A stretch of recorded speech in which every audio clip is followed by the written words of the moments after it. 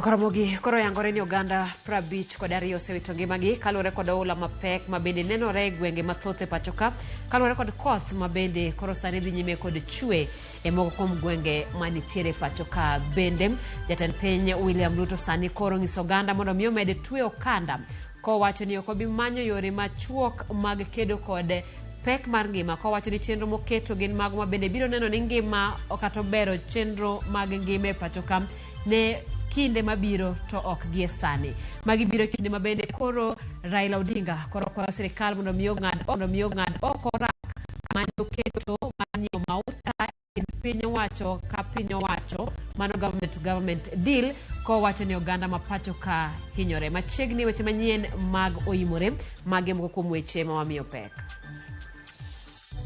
Ruto must immediately cancel the contract and revert to the open tender system, which ensured guaranteed supply of petroleum products. Raila Odinga koro nyiso sirikal ni owuoge lela kendo rucho ko winjruok magiketo mar kelo maute pacho ka achiel kachiel. El Nino imeweza kufika, kwa hivyo tunahitaji kabisa serikali iweze kutoa pesa ile ambayo imeweka kwa sababu ya mpango kama hiyo itoke haraka kwa sababu watu wanahangaika sana. Midhiero mar oula pod medo hinyo Kenya kanyaka sani ji 52 osewito ngimagi. Onge infrastructure, laboratories onge. Kata beni oseng'ad subject to duogo na learning areas. Iyudo ka sikunde moko gin magi jopuonj science lilo to ginyal puonjo languages. Jopuonj ywak ni ikruok pod onge moromo ne somb grade mar 8.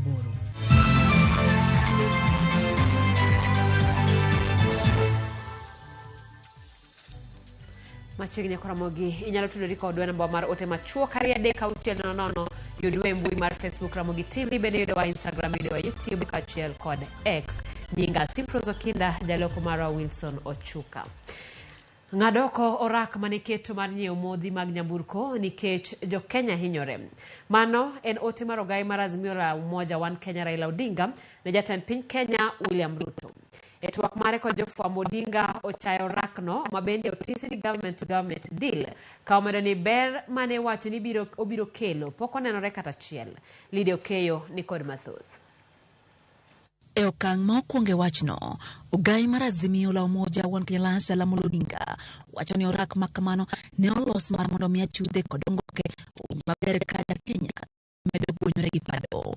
Odinga koro mako okang' mager ni giduto mano ochogo paro makamano kendo kete tim to koro nyaka mote badgi. The men and women who came up with this self-serving deal is a charge and sacked. Odinga bende koro dwaro ni piny owacho keti lela oboke mar winjruok moro amora mane piny Kenya ondikore kod pinje warabu ariyogo. Government must make public the so-called MOU between Kenya and Saudi Arabia and the United Arab Emirates. The Ministry of Energy and Petroleum must make public the deal is signed with oil companies. Kao medo sundo sirikal mar William Ruto, Odinga medo ni orakno bende emomiyo piny libamba ma Uganda koro goyo bade piny ni ok gibinyo modhi kawuok e piny Kenya. Gino magisebedo ka gitimo kuom higni bura. Uganda is shifting to the central corridor, meaning that they are going to be using the port of Dar es Salaam or Tanga rather than Mombasa. The change of route by landlocked trading partners will force a number of Kenyan oil marketing companies and logistic firms to close shop. It is the Ugandan market that earns the Kenya Pipeline Company foreign exchange. Kuom higa achiel kod bathe, nyaka ne kweth mar Kenya Kwanza cha Muma, nengo mar modhi mag nyamburko to kata mana mago mag taya osebedo ka idho miwuoro. Magi duto Odinga wacho ni timore nikech mibadhi masani koro go tache sirikal ma pacho ka. Bende wacho ni medo suru mar modhi nyamburko makoro miyo ngima obembo ganda jo Kenya. The government must restore taxes to 8% from the 16% that came with the Finance Act. Odinga bende koro dwaro ni jatend piny Kenya William Ruto oruch oko rak makama koko migepe makedo gi mibadhi to kod mago matimo nonro pacho ka mondo donje wachni mapiyo piyo. Ruto must immediately cancel the contract and revert to the open tender system, which ensured guaranteed supply of petroleum products. Ogai mar Azimio la Umoja wan Kenya Lansha la Molodinga koro dwaro mondo duol makedo gi mbadhi e pacho ka EACC otim nonro ewi orak mar mauta masani koro medo mana kelo misigo mar pek mar ngima ne oganda jo Kenya. Magi timore seche ma piny Kenya yande oyudo buok ka ja ohala moro nodoho ne omai modhi mag diesel kelo kuok pinje jo Arabu wanaone ni lose pacho ka. Biashara ya mafuta unajua gharama yake, pesa ambayo inatakikana ufanye biashara ya mafuta bilioni 17 sura yake kama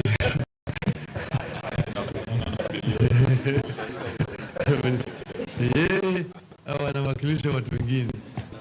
Sasa wale ambao wanawakilisha ndio tunataka kujua, manake mingi ni kama sarakasi. Migao mar teko to kod duol ma ochung' ne wedhe ma pachoka osekwede okang' mabor ka giwacho ni ma en mana jablek. Lydia Okeyo, Ramogi TV, Nairobi. Biro chuno oganda jo Kenya mondo ikre mar tuyo kanda kuom thuolo malach bang' jatend piny William Ruto kwedo chenro moro amora mar miyo jopiny fuong'ruok kuom thuolo machuok ewi pek mar ngima. E romo moyiedhi mar buch tend migepe, Ruto ramo ni chenro mage mag medo osuru gin mago mag miyo jo Kenya fuong'ruok e higni mabiro kendo ok bi loko chung' mare. Ma biro e kinde mar riwruok mar Azimio, jodolo mag jokopere kod riwruoge makedo ratich oganda osebedo ka jiwo piny owacho mar Kenya Kwanza mondo oket chenro machuok mar miyo jopiny fuong'ruok kaachiel gi duoko piny osuru mamalo. E mano manenore kaka bayo tong' e wang' riwruok mar Azimio kod jodolo mag jokopere mosebedo ka jiwo piny owacho mar Kenya Kwanza mondo oket okenge machuok mar duoko piny pek mar ngima, jatend piny William Ruto owacho ni ok obi luwo yore machiek e miyo jopiny fuong'ruok ewi pek mar ngima. We've had to make very important decisions. Sometimes not very easy, sometimes not very pleasant, very difficult decisions to be able to take the country forward. Ka oloso e romo moyiedhi ma jotend migepe, Ruto omako chung' motegno ni kata nade ok obi loko chung' mare ewi chenro mag bero uchumi ma pacho kae, kendo nyiso oganda jo Kenya mondo oikore mar hado okanda. We must always focus on making the right decisions, and we must always focus on the greater good of the Republic of Kenya, and we must never be short-termist. Ruto lero ni jopiny nyaka ikore mar winjo matek kuom thuolo mabiro kaka yo mar kelo ber e higni manyime. Jatend piny oramo ni jotelo nyaka ikore mar kawo chung' motegno seche moko ma ok ging'iyo kaka jopiny dhi rwako chung' makamano, ponono ni okang' makamano ni kare. We must always make the right decision, however difficult it may be. You can never go wrong by making the right decision. You cannot afford to be casual. You cannot afford to make convenient decisions because of what you think it will earn you, it will give you some little mileage here and there. E juma mokalo, riwruok mar jodolo mag din jokopere ne oseyo piny owacho mar Kenya Kwanza kuom thung'o jo Kenya kod osuru mamalo kaachiel gi dino itgi ne ywak mag jopiny ewi pek mar ngima. We appeal yet again to the government to find reasonable balance between the desired income for the government and the minimum protection of the basic needs of the very ordinary Kenyan and respect to their dignity. Our true patriotism and true leadership as government, churches, all faiths can only be measured in the care we have for the most vulnerable in the society. Riwruok mar Azimio bende ne obwogo matamore keto kokgi e ripot mogik mar komiti mar twak, poni ripot makamano ne oremiyo pek wach mar duoko piny pek mar ngima. Ruto kata kamano oparo ne jotend migepe mare ni nyaka gichwal chenro magi e yo makare mar bero ngima jopiny. This retreat is therefore positioned as a unique governance tool within the overarching accountability framework that the administration has established to continually take stock of the progress we are making in honoring our social contract with the people of Kenya. This team has held into one team. As a result, I have no doubt in my mind that the task has been given to us, people of Kenya, we shall be able to appropriate and we shall be able to discharge. So to each and every one of you, congratulations for what you're doing in your departments and ministries. Kama nenore kama dhiro chenro mag twak ikinda Azimio kod Kenya Kwanza ma onego chwal report margi mogik tarik 26 dweni. Chris Owino, Ramogi TV, Nairobi. Nyalo bedo fungruok kod mor ne obila to kod apisas mag NYS bang' aput manyocha nono chal mar ngima kod tijgi chiwo paro ni medgi osara gi 40%. Ripot mochiw gi apudno ma otelnegi maneno gai mar doho David Maraga dwaro ni medo obila go osara kidam nyaka 40% kuom dweche adek. Kao yango ripot ni jatend Kenya William Ruto koni nonro motim kod apudno kod paro mogol biro konyo bero sekta mar arita kwe. Bende omedo golo siem ne obila ni kik nyam mibadhi e sekta no. The recruitment and promotion of members of the police service will be made transparent, competitive, and merit-based. The entry qualifications for all services will be raised to align with the expected competencies of officers, but without losing sight of the imperative to implement affirmative action. Implement the human resource policy on transfer for all officers in the 3 services to ensure no officer serves for more than 3 years in the same county.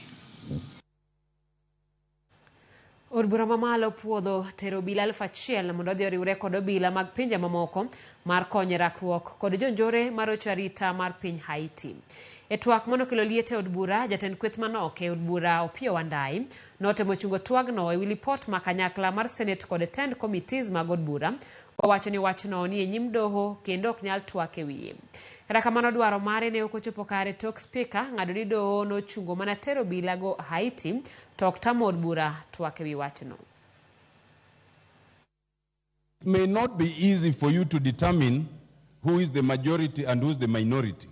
But it is clear that in the course of this very short debate, it is the majority who have had the greatest contribution in the following manner. The Honorable Yusuf came to the minority side and is clearly of the majority side. The Honorable Korere came to the minority side. Is clearly of the majority side. The guidance I want is this. I will give you the guidance. Yes.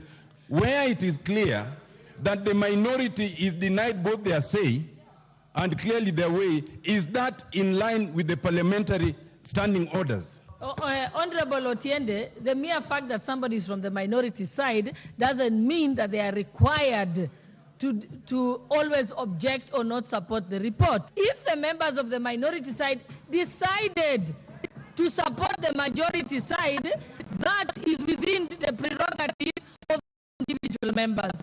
Honorable members, I now put the question, will as many as of that opinion say aye? Aye. Will as many as of the contrary opinion say nay? The ayes have it. Jo-Kenya makwan gi ok tin 52 osetho kokalo midhiero mar oula ma okwako Kenya. Ma en kaluwore gi nonro mar Kenya Red Cross ma oyango bende ni ji makwan gi 24,000 osedar e miechgi nikech oula. Kaka jafwambo mar Runde Golero, sirikal bende koro onyisa anyuola moko mondo odare kar dak ma Peponi View, Nairobi nikech luoro mar oula. Koth mane ochako kidam sani koro lokore midhiere gwenge buora mapacho ka, masani oula omomoe kendo ywero mwandu kaachiel gi kelo tho mar ji kod jamni.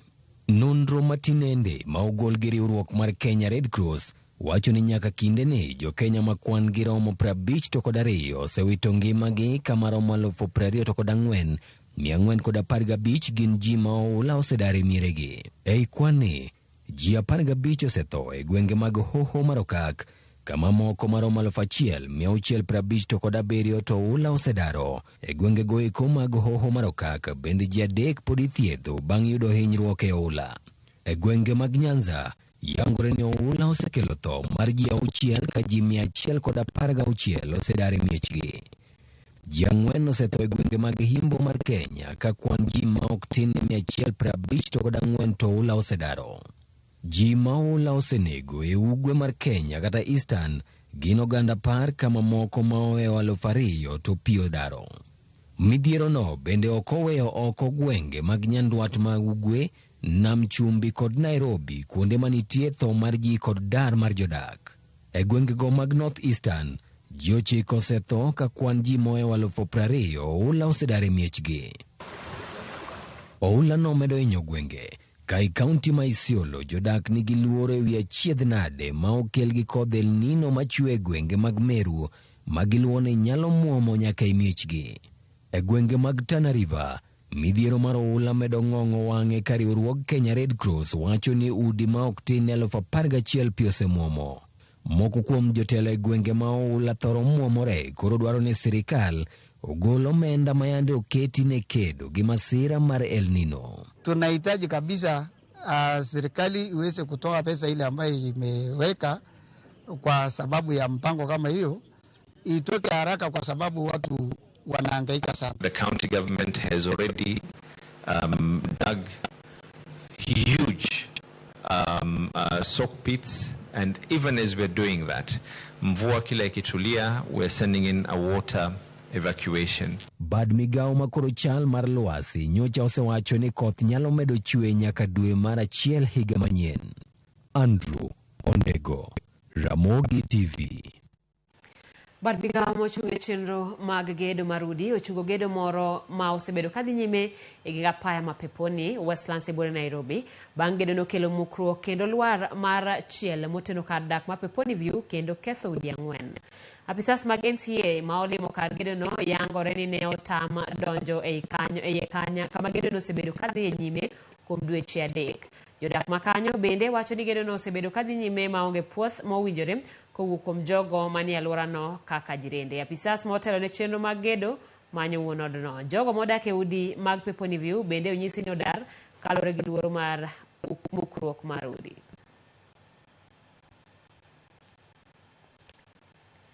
Okang' mokaw kod piny owacho mamalo ma okalo kuom migao ma ochung'ne mwandu ma nie bwo lowo mar chungo chenro mar kunyo chuma mar kopa omedo nyuolo paro mopogore opogore. Jafwambo marwa ma Migori Jo Juma miyowa ler ewi chenro no mar mayo kabino lesen mar tayo chenro mage e Makalda. Kuom kinde maromo juma achiel mokalo chenrogo mag kunyo kopa e gwenge mag Makalda sab-koni Mnyatike osebedo ka ochung'. Mae biro bang' ka migaono ma ochung'ne mwandugo ma e bwo lowo ka okalo kuom barua manondiko jatend migao ni Salim Viura ne ong'ado oko lesen mar kambino mar Copper Hill Exploration and Mining Resources. On 6th, once we got the documents of the RETA seizing operation of the company, is when the directive was enforced. Ka okalo kuom barua ni jatend migao wacho ni lesen no ng'ad oko nikech ok ne opuodho riwruogno ma ong'ere kaka Mineral Rights chik namba 32 okang' ma okaw kod piny owacho ka okalo kuom migaoni ma ochung'ne mwandugo ma e bwo lowo osekelo paro mopogore opogore e kaunti ma Migori. The only business we know in Nyatike is gold mining. The only license that we were given by the previous government Uhuru Kenyatta, that license has been revoked. At the same time, it is the same land that the government wants to claim to be a forest area. We know we are not shareholders, but we pay tax.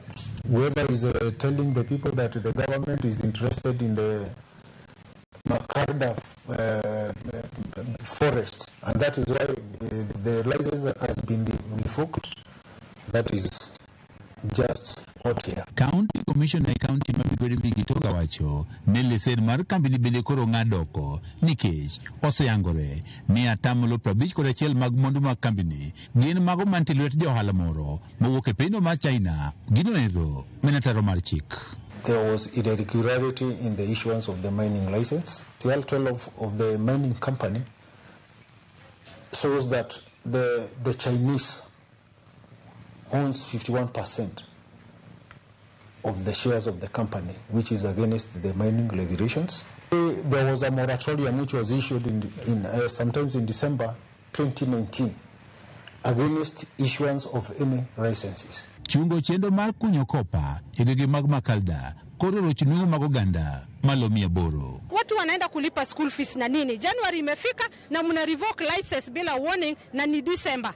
Tutatoa school fees ya January wapi? The ministry is in the process of seeing how it can be able to address the effect of the persons or the people who are affected. Due mara boro mar higani, apisas go mag pinyo wajoka otelnigi, kod county commission e county ma Migori, ne otimo pedha, ni kuonde ma ikunyo kod mago ma iluoko, e mwandu go ma ibolo, kalipot noyango, ni thothgi, onge kod lesen. George Juma, Ramogi TV, Migori. Ramogi lipot mar George Juma ne motero wayo mokwongo e chenro mar OIMORE asamo kuom ote mabende wuoro ka yelo Ramogi TV ma Emmanuel Obanda masani kana ombwede ligega Ramogi ler kona mbaya erokamano Ramogi TV telo Sehe Ruto kiko chunrego ne NDP kuom higni 10 mokalo kendo wende sirikal Alfredo Suru kanda Dora Phase 2 OIMORE nabi wuodo nguta mar wang' neno Kanyamkago Ramogi lere Migori County amoso jadolo na Bishop Omolo Olem jaoda Angeline Osiepa Achieng kandi Andingo erokamano Ramogi TV an maka luga japenga chel mabum center anene yo makare karakamano an kodi nyaka giko ikidhi maboni kwa Ramogi pod wantiere gi weche mamoko.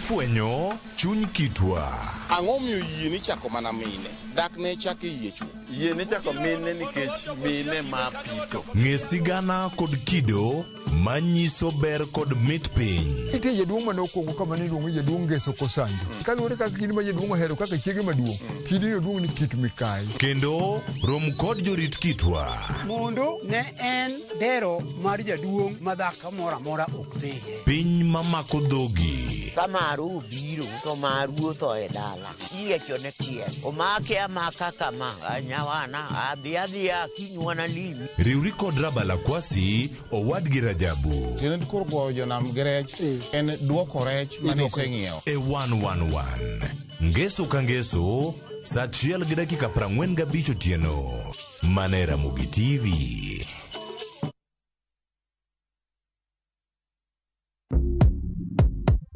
Mtu wangu, imagine kuna over 1000 ways to win on shabiki.com. Usimiss out, pata multi-bet boost massive ya 1000% ukicheza on shabiki.com. Cheza sasa na shabiki.com na upate up to 1000% multi-bet boost. Two bets, min shabiki na nadeku place tena, nilieka kichwa yangu ikabai tena.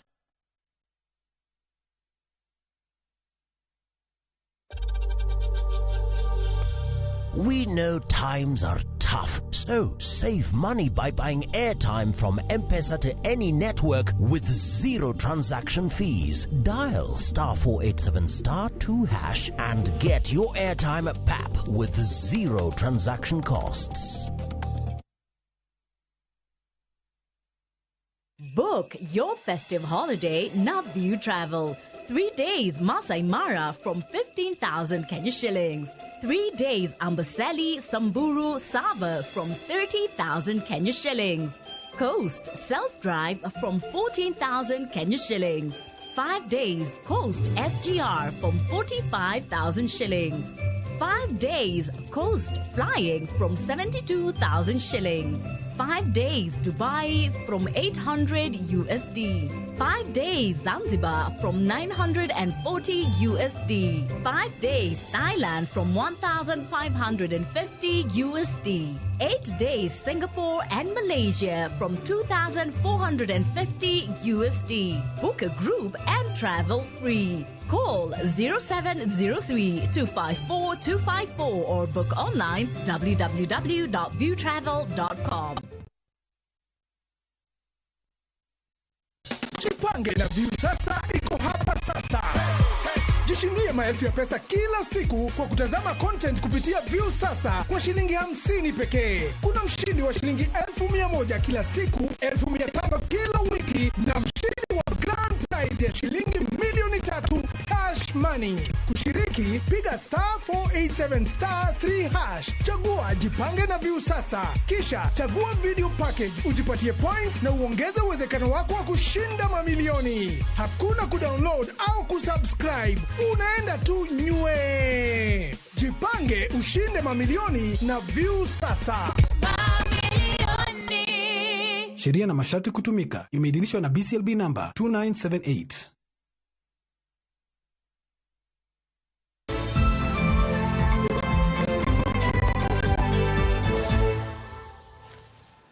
Machiegni kendo nyaka Ramogi obila e kaunti ma Baringo ondhi achich moro e gwenge mag Kapedo e kaunti ma Baringo kitude gi monjo kod kuo mag jamni.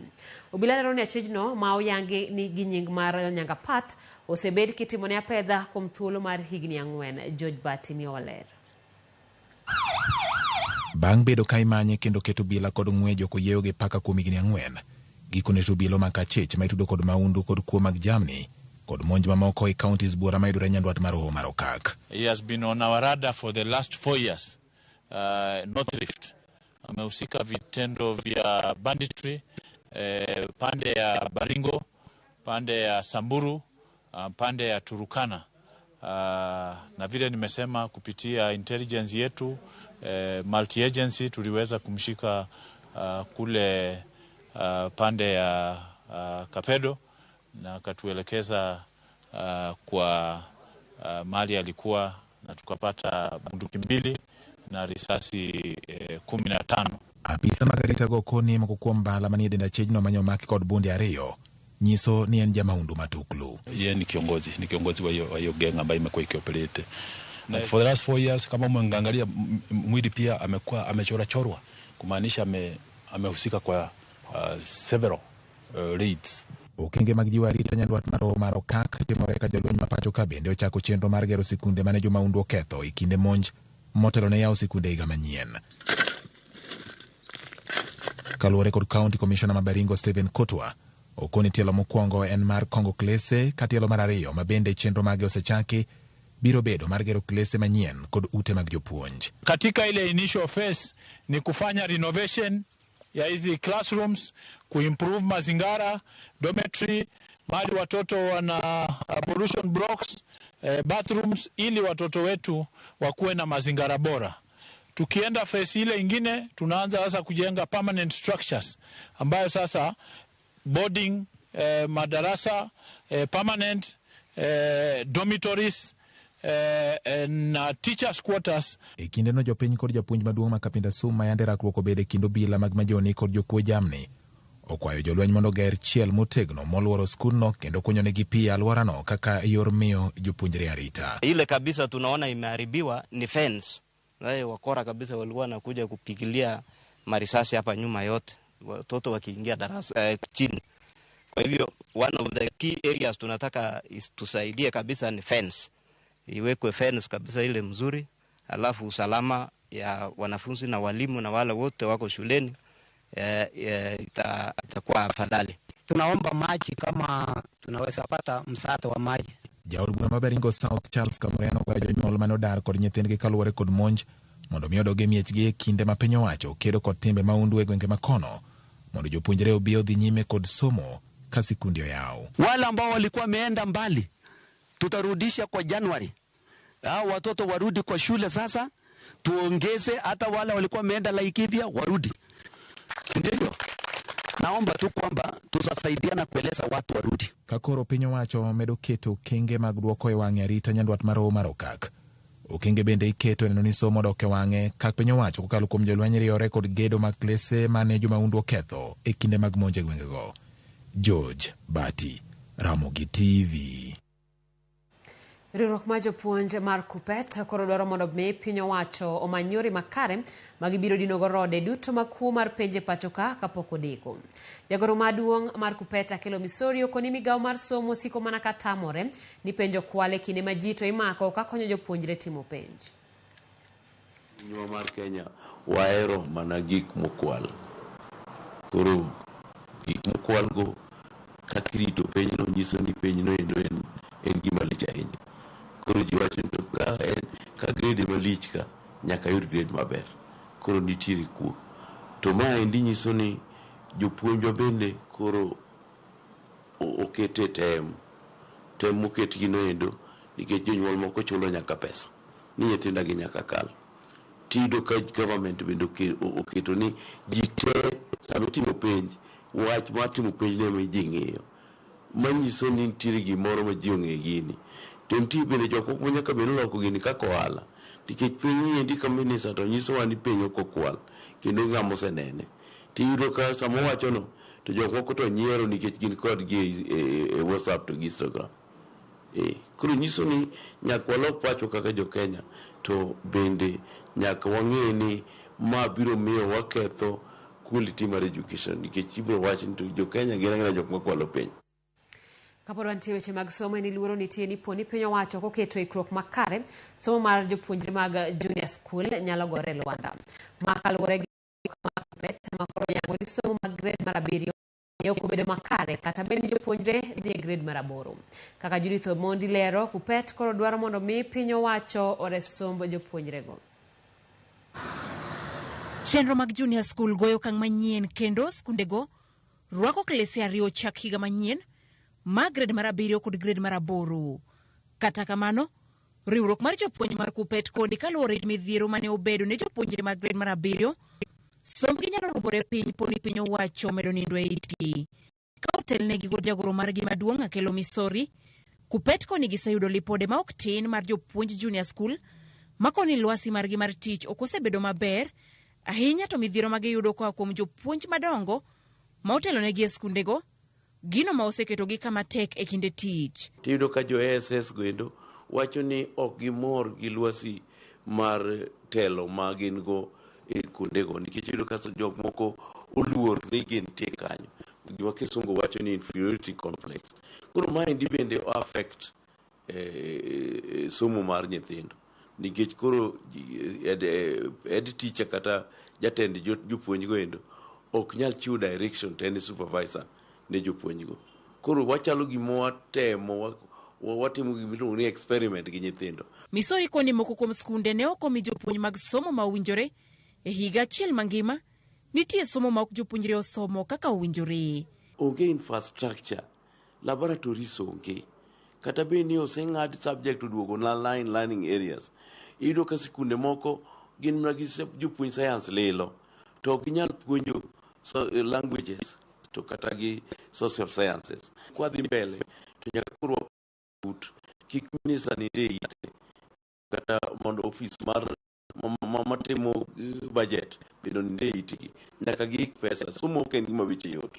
Ka koro gidwaro mondo mokwongo ka junior school go kang mar donje grade mar 8, jopuonj 40,000 mane ondiki e yor orak omi tije ma ongirore kapod piny owacho manyo yore mag reso somb jopuonjre go kapok odeko. Onge kaka inyalo keto jopuonj gorak mar higa tichulo gi pesa machien ne nus jok ma be gipuonjogo.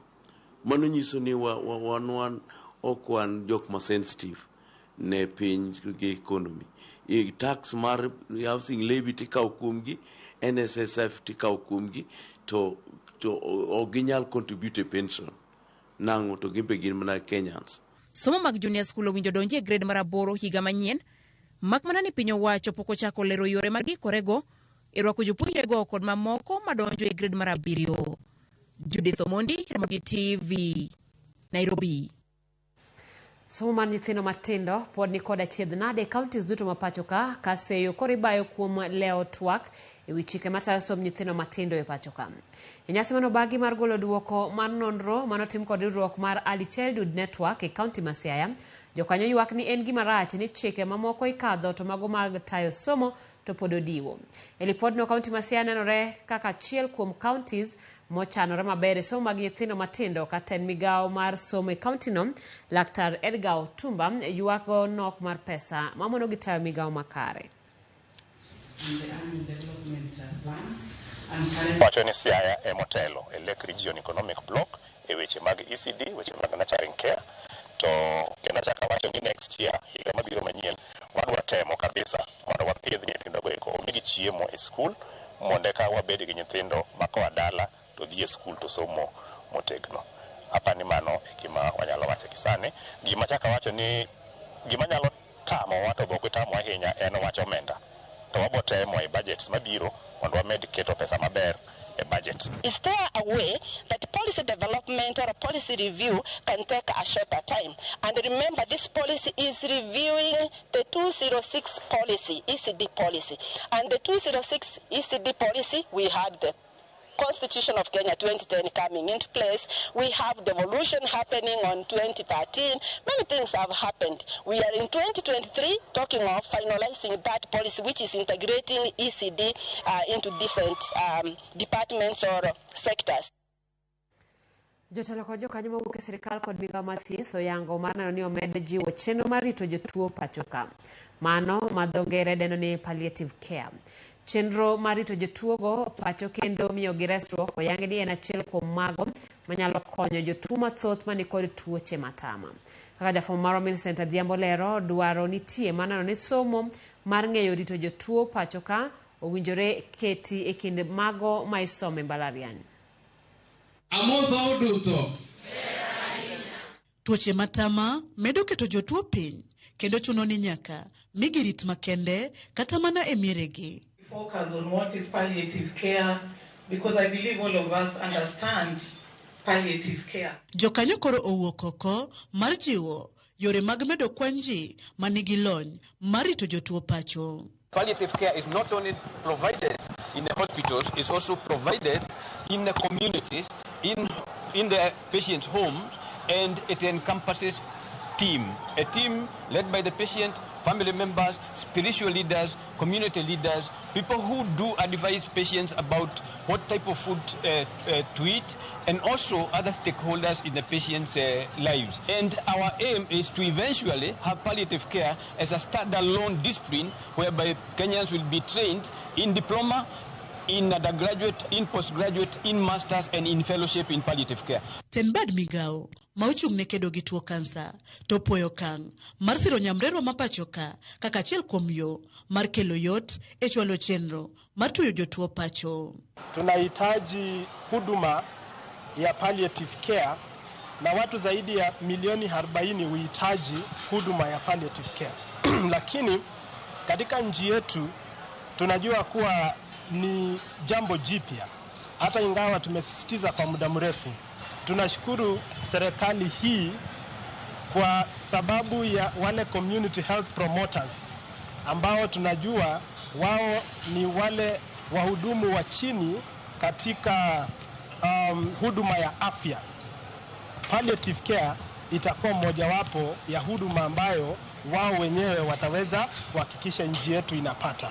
Migawo mar thieth omedo keto singo mar neno ni chenro mar rito jotuo pacho onywande kind mago ma ichiwo e bwo thieth ma nengone yot, universal health coverage. Tend counties bende osingo jiwo korgi.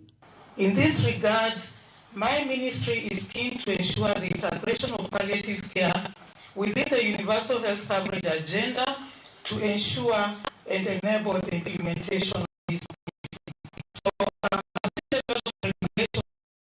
past finance bills, we will also ensure that palliative care essential benefit package is included in the benefit packages. Kendo wawinjore gi dwol achiel ni wabiro yao gimiluongo ni a hospice ma bende nitie to nolore ndalo mana wan gi corona. Bende wawinjore ka ni wabiro keto pesa moromo mondo mi wanene joma tuore madwaro hocho machalo kod mano bende yudo. E romono mar ndalo adek ma obagi Kisumu, geto jiwo yore mag neno ni somo mar weche rito jotuo pacho oketi e kind mago ma isomo e kuonde tiegruok ma pacho ka. Millicent Adhiambo, Ramogi TV, Kisumu County.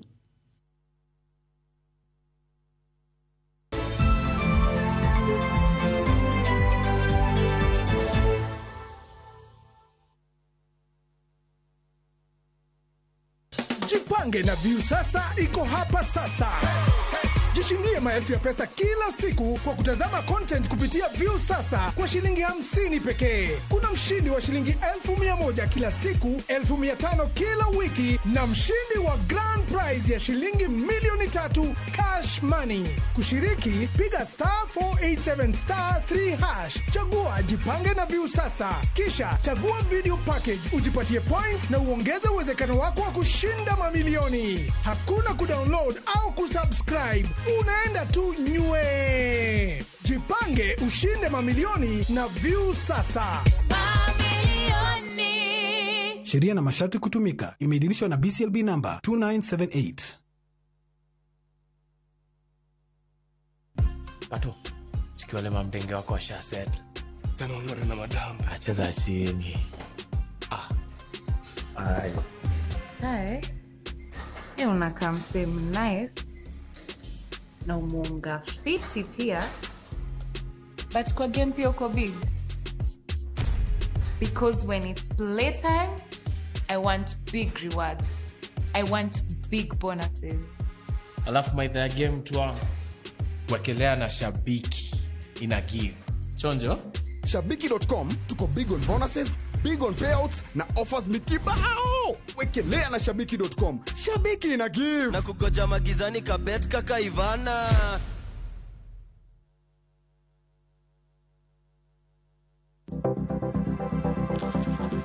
Inyalo goyo kwan kod omenda ma aching' kata ma ikete baasha ka isiko itiyo kod omenda mohingo kaka onego itigo. Tema ne keto e baasha omenda ma idwaro tiyogo kama moko to ikung kata ika.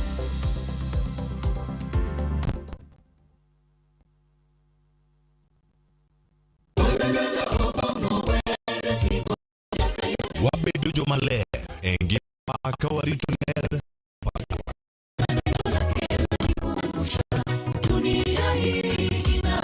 kod winjruok gi Nyasaye. Winj wende Sabato. Jifunze kuridhika na kile ulicho nacho. Shukuru Mungu wakati wote. Mamiyo wa thuolo maber mar wer kendo pako Nyasaye gi chuny moikore. Kama si wewe singelikuwa hapa.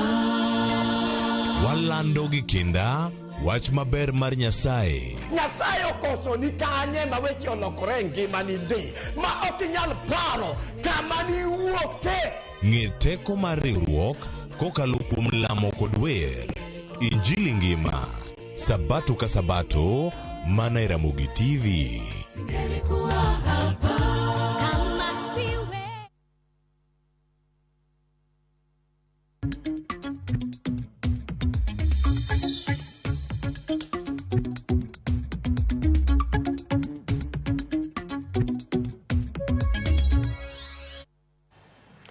Machiegni emesawa mar weche mag ohala, weg kembe rego niang' mapacho ka oramo ne piny Kenya nigi nyalo mar puro kendo rego niang' moromo, poro ni sirikal osiro jopur mag niang'. Kagiloso nyim komiti mar od bura mar Senate mochung' ne pur, weg kembe go ne oyango ni ka piny owacho osekedo aching' kod achudhe sekta mar niang', piny Kenya dhi rego niang' moromo kendo uso ne nyaka pinje maoko. Riwruok mar jopur mag niang' kod mago kara moko kuom senators kata kamano okwedo paro mar miyo sirikal mag counties teko mar chiwo lesen mag tich ne kembe mag rego niang' mayudore counties maggi. Chairman, if I'm not wrong, or Mr. Mbire, say that we have the capacity to produce and export. So that means we can even create our own sugar strategic reserves for exports. Why then should there be a role given for the importation of sugar? Why can't we develop our own sugar to a point that we have our own, we have some reserves for it, and we can even export? So there is enough milling capacity. Over licensing of mills will kill the industry. There is enough capacity to cover Kenya, we don't need to import, and enough to export. The challenge here is that we need to bring the regions so that more investment can go into planting of cane. That will mean more farmers will get money and there will be more wealth downstream in the entire value chain. Kamimoro mar piny Kenya dhi telo e gedo mar boma manyasani midendo ni Smart City e boma Kinshasa e piny Kongo e kinde ma pinje Afrika ma ugwe ni kod nok mag udi kopim kod dwach oganda. Kami mar AVLC Group oyier mar chiwo paro maliw motenore kod gedo mar udi manyasani go e boma Kinshasa. Jakom mar MC Telkom Sam Yongo ma en kambi mabiro tiyo gi AVLC mane loso e boma Kinshasa okwayo kembe mawuok e Afrika ma ugwe mondo oriwre lwedo e timo ohala e kindgi kod pinje mamoko.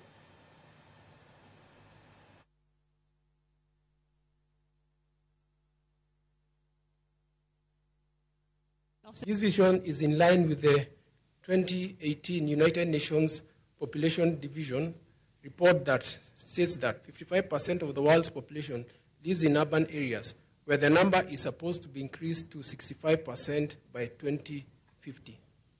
This growing number demands well-planned, adequately efficient cities that back up their smooth functioning and well-connected environment.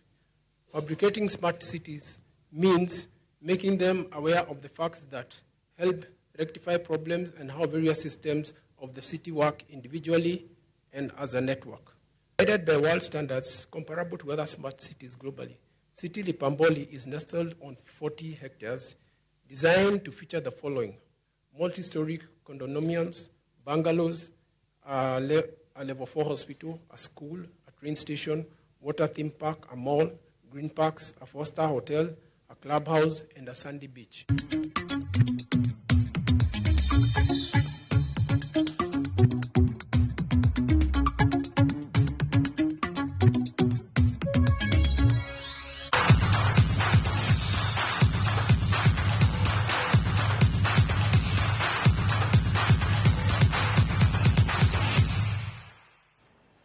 Timar adhula mar nyiri maraga manie bwo higni 20 Rising Starlets notimora komo gik motelo ne tugo makiny e kind Kenya gi Cameroon mar laro tiko mar dhi e World Cup.